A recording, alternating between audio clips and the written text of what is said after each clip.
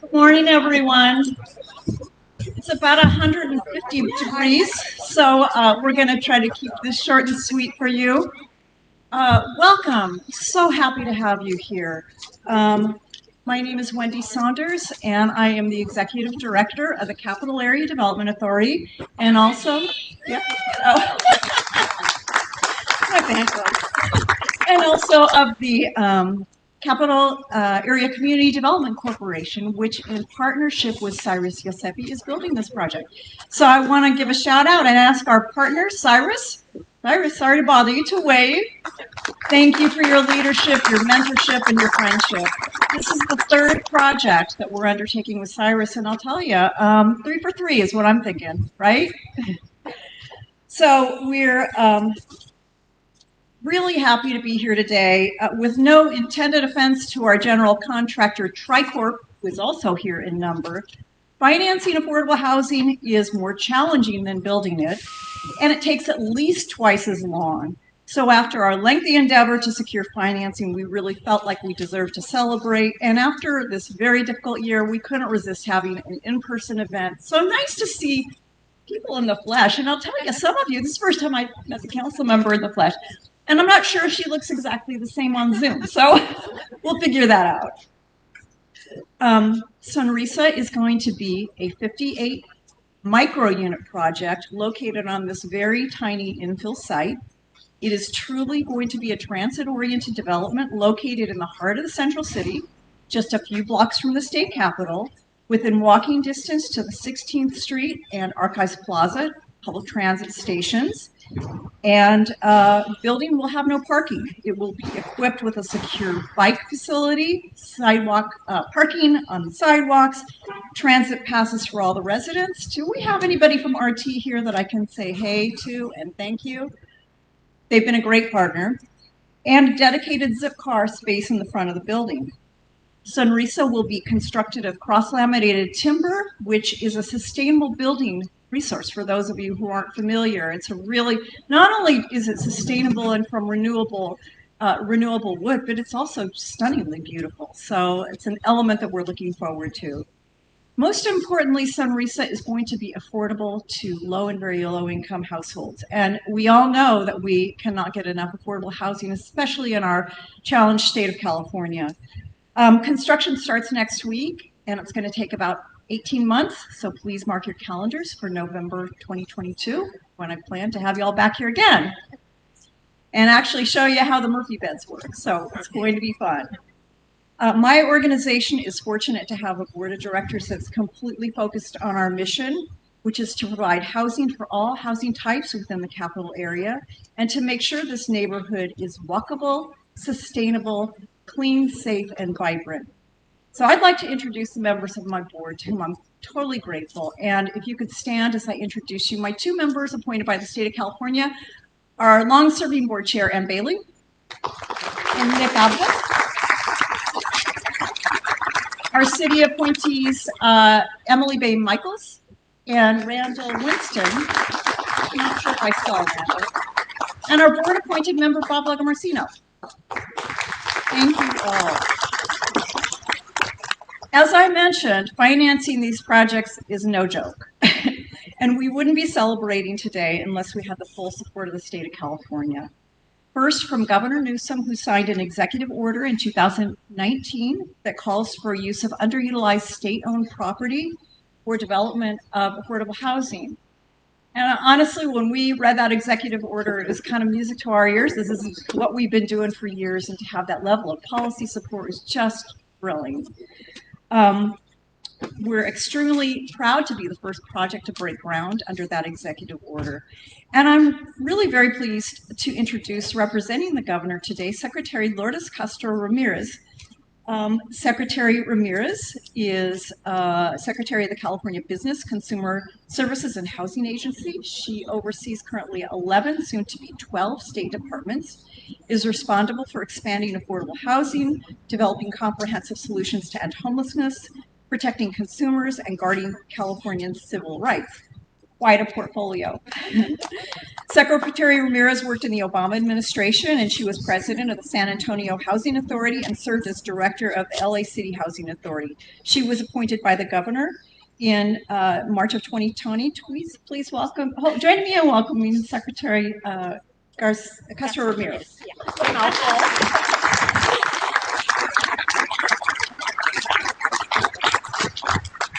Well, I am so glad that I wore sunscreen this morning. The sun's nice and bright. Good morning, everyone. It is such a pleasure to be with you all today. As Wendy mentioned, I'm Lourdes Castro Ramirez, and I have the great honor of serving as California's secretary over the office or the agency that oversees licensing across the state, that oversees guarding civil rights protections, particularly in employment and housing across the state. And very importantly to all of us, that oversees all of the coordination and investments that are focused on expanding housing affordability and working collectively and together with local communities to address homelessness. And so today I'm just delighted to join you all for this celebration.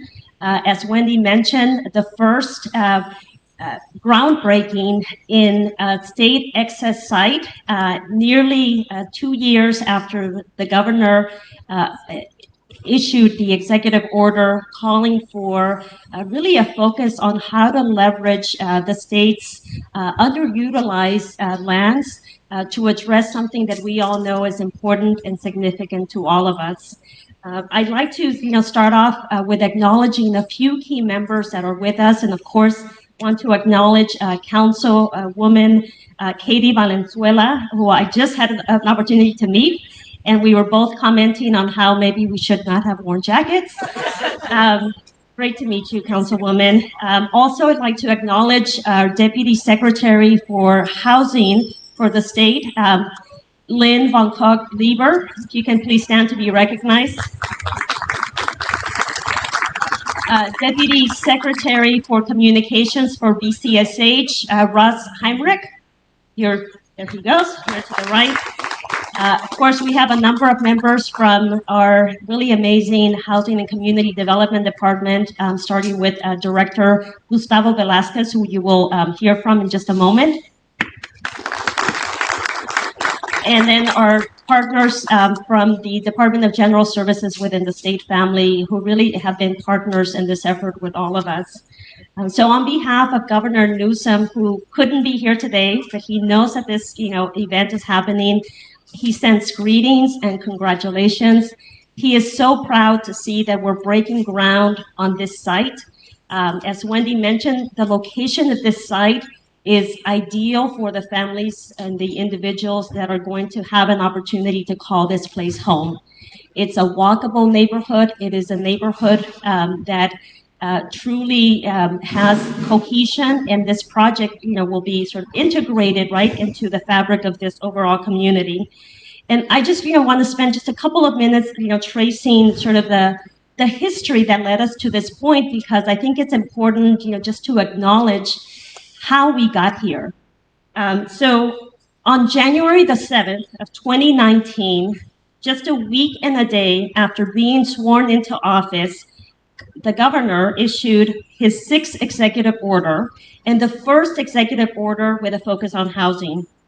In it, he directed the Housing and Community Development Department, along with the Department of General Services, to prioritize excess state properties and to aggressively pursue building sustainable, innovative, and cost-effective housing projects on those properties. I'm happy to say, as I mentioned, just 2 years later, we're breaking ground here in the state capitol with the first of its kind, and a true sort of testament to the power of leadership and also to the power of collaboration, because getting to this point, assembling all the financing, requires, as Wendy mentioned, a lot of hard work, because we know that the financing is, critical to the long-term sustainability. From the beginning of his administration, the governor has made housing his top priority, from expanding housing and services for people experiencing homelessness, to preserving and producing affordable places to live, to helping families buy their first home. We're laser focused on this. And I'm excited that just about 2 weeks ago, the governor is again doubling down on his commitment as he rolled out the California Comeback Plan, which speaks to investing in a historic way in accelerating and expanding affordable housing. He has proposed $9.3 billion for the preservation and expansion of housing affordability across the state. He has focused on building on this model and the success of bringing people together at the local level, including building on the success of our Home Key initiative, which I think many of you know was the first of its kind in the state at this large scale, where we were able to partner with local communities to purchase hotels, motels, and vacant buildings and turn them into permanent housing in a very short period of time, in a 6-month period, leveraging funding from the federal government of plus philanthropy, close to $846 million. So we are not losing momentum here. We are staying, committed and very much laser focused on continuing to do all that we can to address this issue that we know prevents many families, right, from being able to have the quality of life and to be able to reach their potential. I'm a true believer that housing is fundamental to everything that we do. Without stable, affordable housing, it's very difficult, right, for us to be able to reach our potential. And so to CADA and to all of the partners that have made this project and this community that we hopefully will be back here in a year and a half or so to do the ribbon cutting for. I say to all of you, thank you for partnering with the state. Thank you for working hard to bring many more partners together to provide a place for individuals and families to be able to call home, a place that's affordable, a place that also meets our collective goals of climate, housing, and transportation, and a place that people can call home. So congratulations, Wendy, to you, to your board, and to all of the partners that are here today. Thank you.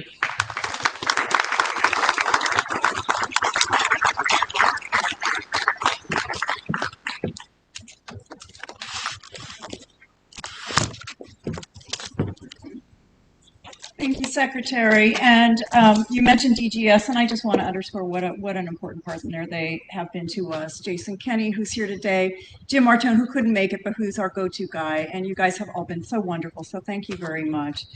California Department of Housing and Community Development is providing this project with a $10 million loan. Project has a budget of about $20 million, so it's very obvious without the support of HCD, we'd be nowhere in terms of financing. So I'm really thrilled to have the director of HCD here today to share a few remarks. Gustavo Velasquez was appointed by Governor Newsom as Director of Housing and Community Development Department in May of 2020, and he administers a wide range of programs that produce, preserve, and protect affordable housing. Before his arrival in California, Velasquez worked as a senior director at the Urban Institute and also in the Obama administration as a HUD deputy secretary. Additionally, he worked under the administrations of DC mayors Williams, Fenty, and Gray. Please join me in welcoming HCD Director Gustavo Velasquez. And as I welcome you, Director, I want to just point out your team, Jim Claybaugh and Dwight Matthews, have been just unbelievably helpful and such willing partners. Thank you.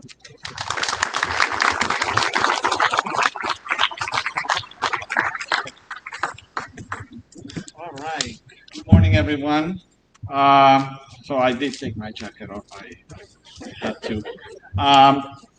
Echoing what the secretary said, so pleased to be here on behalf of the governor and the state of California. I want to congratulate you, Wendy, your board, all the partners. I see a lot of partners here that have been instrumental in getting this project to this very special day. Look forward in the next few minutes to be a part of this ceremony. I also want to thank the council member, Katie Valenzuela, for being here, the rest of the council, Mayor Steinberg, for the great leadership and the partnership, always a strong partnership between the city of Sacramento and the state. I was actually talking to the council member about this unbelievable leadership that Sacramento is playing in affordable housing. Recently, as you probably heard, the city really wants to move in the direction of opening up zoning across the city, not just for one single family home, big lots, but really opening up for much greater density and affordable housing opportunities. And certainly leading the way in the state, for sure. So, shortly after that announcement, I saw a few other places, Berkeley, San Jose, kind of addressing the same concerns. There are not a lot of cities doing that across the country, so it's extremely innovative, and it really shows the leadership in the council and with the mayor around affordable housing. Very quickly, I know it's hot, so I just want to say why, at least three reasons why this project is so critically important for us, the Department of Housing and the state, and for the landscape of affordable housing. First, as the secretary mentioned, yes, it is the first project in California to break ground under the governor's signature access state sites program. Governor Newsom came into office, and we all know he's a big, housing governor. He came with ambitious goals to increase the production, preservation, and production of affordable housing at the state. And he himself came up with this idea. We have so much state-owned land that is unused. Why don't we use it for affordable housing? And so it is just incredibly important that will move with the executive order, and how appropriate is that this very first project to break ground is only a stone throws away from the Capitol. Not my arm. I never played baseball, but certainly it really is so close, and just it symbolizes, I think, incredibly important how critical is that this project is here in this neighborhood, so close to the state capitol under this executive order. And I want to also echo the partnership with DGS, Jason Kenny, so important. This could not be happening without this strong partnership between the Department of General Services and HCD, and of course my team. I see Zach Olmsted, Sasha Witowski. If you all want to do more things in affordable housing, just hang out around this table when the event is done, and you'll get a lot done. Also, I want to say, as Wendy mentioned, it is the first time we at HCD have contributed funding to an exercise, of course, the first one, affordable housing property. And that is thanks to our TOD, our Transit-Oriented Development Program, and I see Craig Shield there, who manages that program. So obviously, it's incredibly important not only to celebrate this site as a state excess land, but also have funding behind it, Wendy, to make facilitate really the construction of these units. And number third, perfect fit for those of limited incomes who will be living here. Of course, we're pleased that the funding can be used to upgrade the 13th Street Light Rail station, which connects affordable housing with our state environmental and transportation goals. I always say, seeing the brick and mortar go up is all great. Especially this project that uses a lot of very environmental friendly materials. The construction is amazing, but it really boils down to the location. Housing is about access to opportunity, and for low and moderate income people, the fact that they will be here, located near jobs, near amenities, that's really what makes this project even more important. Getting, to work, to school, walking, biking, getting off cars. We know how much transportation costs. We know the effect of combustion engine continues to have on our air quality in the state. So important the intersection of all of these goals coming into play at this project. So without a question, extremely innovative, creative way to get this project going. Wendy, we're gonna rely on you and your team to give a lot of advice to people that want to follow through your steps. You know, using great location, environmentally friendly construction, exercise. I mean, it's all wrapped up in the same model that we hope others follow. So thank you for having us here, and celebrate with you. We'll come back hopefully for when the residents are welcome, which is certainly the most important thing that we look forward to. Thank you so much.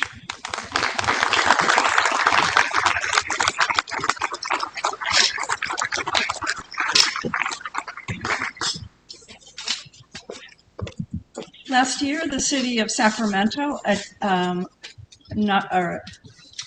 voted into office a new council member for District 4, Katie Valenzuela, who is a Midtown resident and whose commitment to addressing the issue of homelessness and environmental justice led her to public life. We knew that we would have an ally in Katie when she came on board, so I'm very pleased to introduce Katie Valenzuela.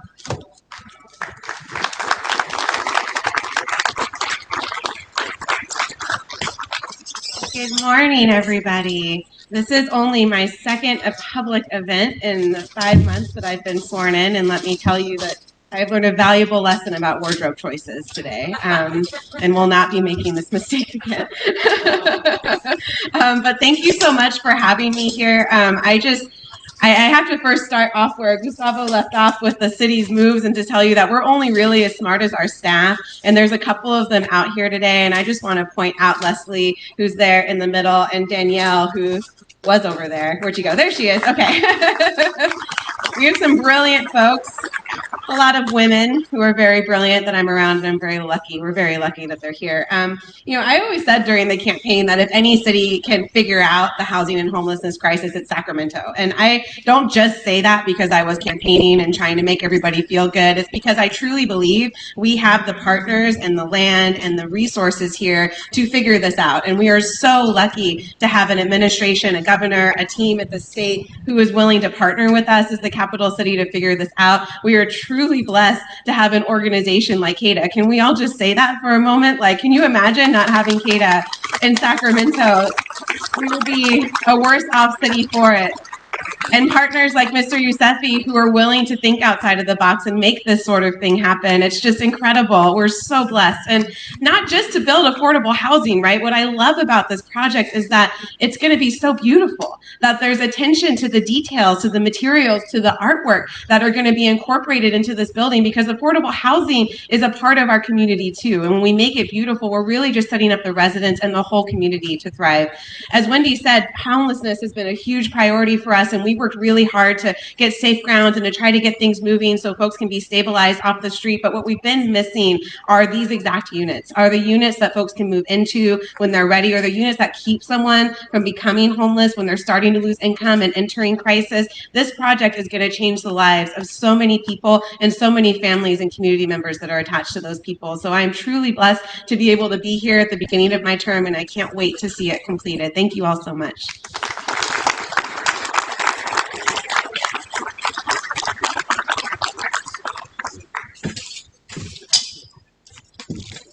Finally, I'd like to ask CACDC and CACDC board member Nick Abdus to provide a few remarks. Nick is a local land use lawyer. He specializes in land use and real estate law and is particularly gifted in developing collaborative solutions to thorny problems. And we have been truly fortunate to have his guidance and leadership. So welcome, Nick.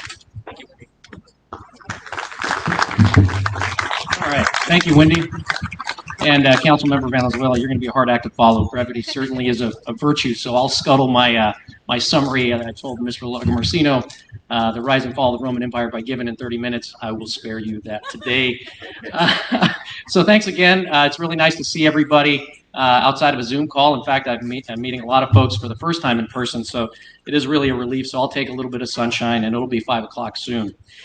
So again, as Wendy mentioned, I'm Nick Avdis, and I do have the distinct honor and pleasure to be one of 2 of the state of California appointees on the CACDC board of directors, frankly, in the city that I was born and raised in, and the city that I really love. And coming from my professional life in the land use and development world, I was entering into this and continue to be keenly aware that our state continues to endure the worst affordable housing crisis in its history. My experience on the CACDC board has given me deep insight into how challenging it is to build affordable housing due to scarce resources, extraordinary competition for those resources, and being of Greek descent, I will take this aside and say the word Byzantine has a certain meaning. I'll tell you, in the universe of affordable housing finance, it honestly feels like a crapshoot. And so, you know, as it has been mentioned and by others, CACDC has heard and has heeded the governor's call for aggressive actions to support the development of new affordable housing opportunities. Many of you are very familiar with CACDC and what it is. It is a joint powers authority, a joint powers agency formed by the state of California and the city of Sacramento over 40 years ago. And it's a government entity that really offers a unique toolkit to streamline paths towards creation of new affordable housing opportunities in our city. Specifically, we have the ability to muster public resources that make affordable housing projects a reality. And someone like myself, whose professional career has been in the private development sector, I mean, this is saying something, and it's not an overstatement, that CACDC has the ability to deliver projects where the private sector alone cannot and where it will not. And, you know, to its credit, CACDC has renovated or built over 1,600 residential units in the heart of our city here in downtown Sacramento, 25 of which, I may add, are affordable to low-income families. As the need for affordable housing increases with each passing day, you know, our board and our staff and our team of consultants have refocused and doubled down on our efforts and attention to delivering new units. With the completion of this project, hopefully very soon, and a second project that we are building with Cyrus at 17th and S, we'll be adding 217 new affordable units to Sacramento's downtown core over the next 18 months. That is a really big deal. Yeah, let's take a moment to appreciate that. So again, as a board, as an organization, we are very, very grateful to the state's partnership, particularly Jason and the folks at DGS are continuing an ongoing strong relationship.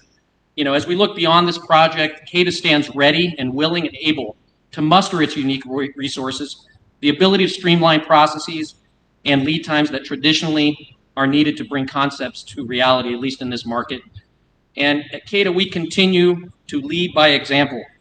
We are encouraged by our anticipated success with this project and hope that it fosters even greater opportunities in collaboration with our state partners at DGS, HCD, and others, as well as our private sector partners.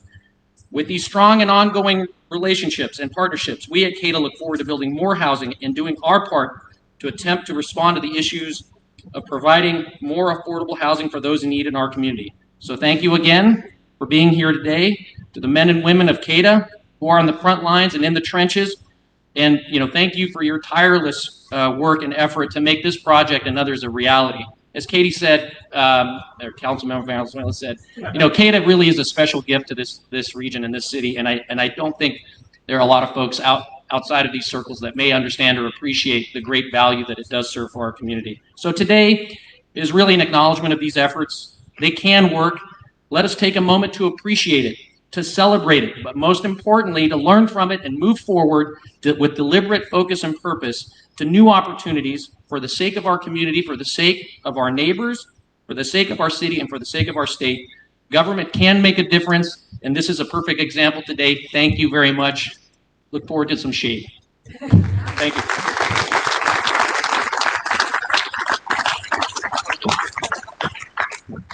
Nick.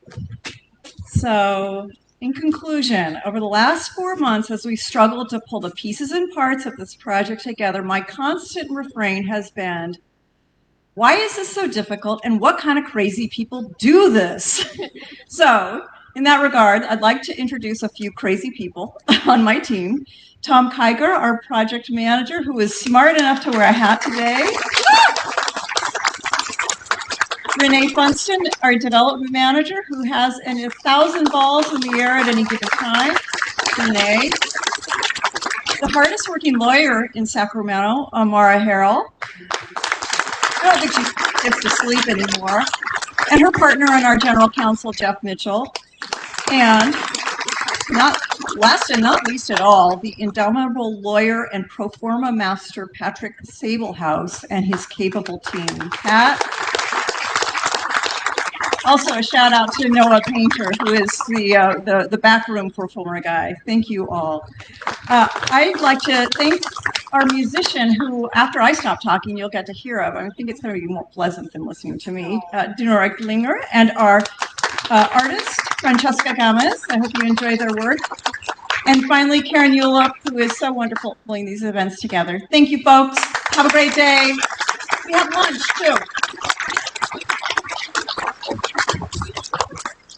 So if I emailed you and told you that you're in a photo op, please head over to the planner box and we'll shout out the different groups that are going to be photographed. Everybody else, you can hit the table and get some food and drink.